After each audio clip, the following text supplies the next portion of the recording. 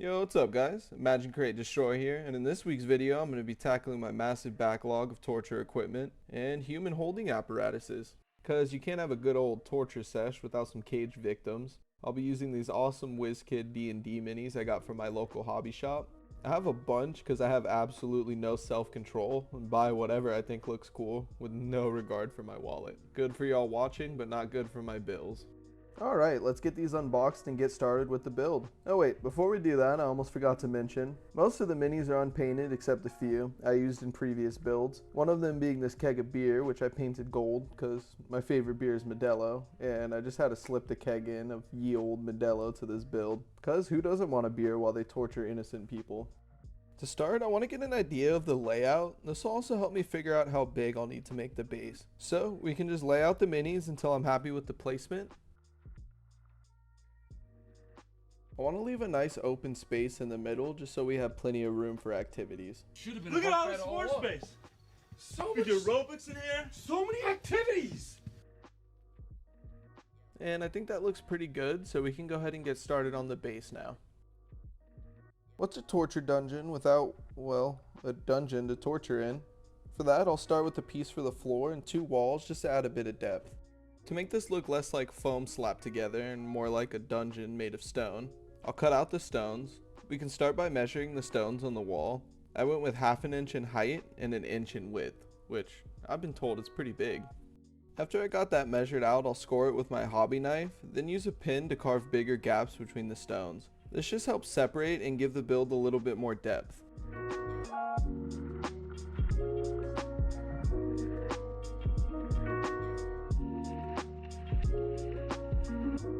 It's funny because I wanted to do a cool transition to the other wall so you don't have to see me do the same thing twice.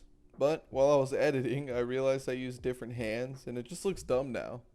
Now that I'm done pointing out my mistakes you probably wouldn't have noticed until I said something.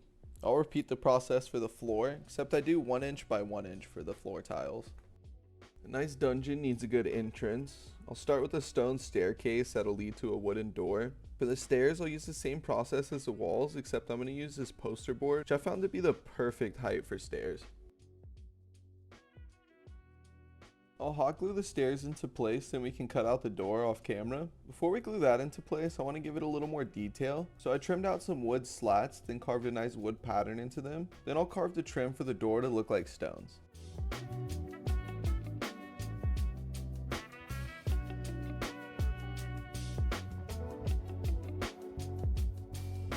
Once the detail's looking perfect, we can hot glue that into place as well, then move on to adding some more detail to the stone. First, let's ball up some tin foil, then we can smash this into every bit of the base that'll be stone. We do this to give a nice natural, I don't want to say it again, but stone texture. I feel like I've been saying that way too much. You can be pretty rough with this. We want the texture to be very pronounced. That way when we paint, it doesn't hide too much of the detail. The painting process is super simple, just takes a little bit of time, so bear with me.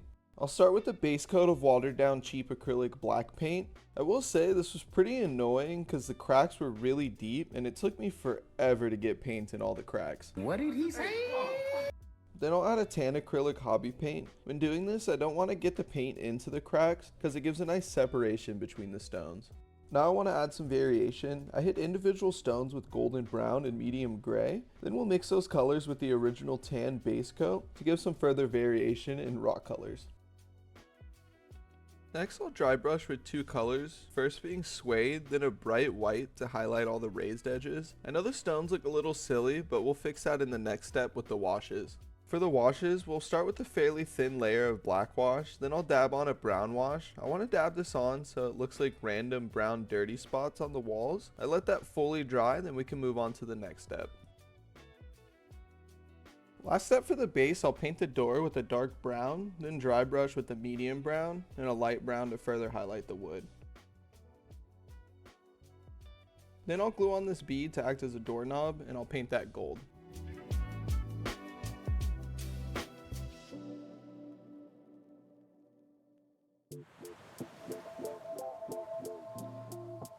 Once I'm finished there, I'll set the base to the side and get to work on painting all the minis for the diorama. Let's bust out our wet palette and get to work on basing everything. For the base coat, I did a dark brown on every mini. This is honestly the most boring part of this build. Just because the Citadel paint that I use does take at least 2 full coats to like fully cover the mini, and it takes quite a while to do.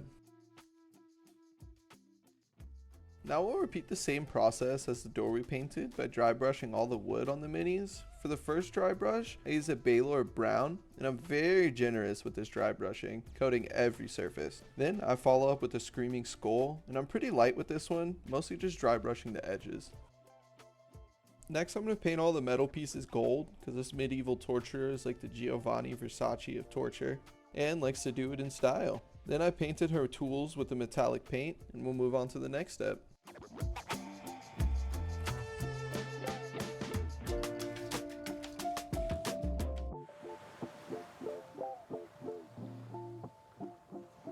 The last thing to paint is the flames on this torch. I'll start with a few coats of bright white, then hit it with a very thin down lime green. After that dries, I hit the tip with a bright orange, then water down that same orange, almost like a wash for the rest of the flame. Finally, I'll dry brush with another coat of that bright white, and that's the minis done. However, we are missing a victim and a stylish torturer. For those, I'm going to steal these from other builds. Before I glue all the minis into place, I'm going to paint the sides with a cheap acrylic base coat of black, just so I don't have to waste so much black 4.0. Now I can just super glue my torturing accoutrements into place. While I do that, I'll let y'all enjoy some nice lo-fi jazz.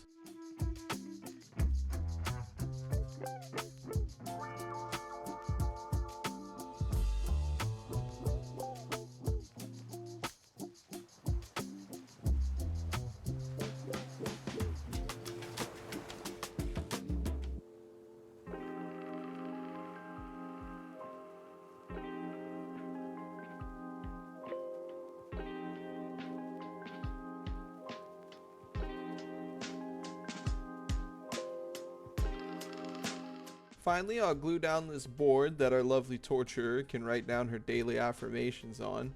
Next, I'm going to hit this bad boy with some blood for the blood gods to add some life to this build.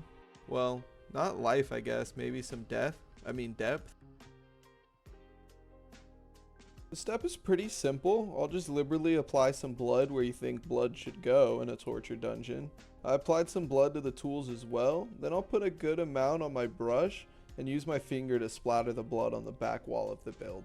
We only have one more step, but before I do that, I just wanted to thank everyone for watching the videos. It's really awesome knowing I can bring a little entertainment to all my viewers. Also, don't forget to like, comment, and subscribe. It really does help out the channel a lot. And lastly, I'll paint the sides with the black 4.0, and that's another diorama down. Catch y'all in the next one. Now let's roll the beauty shots. Peace.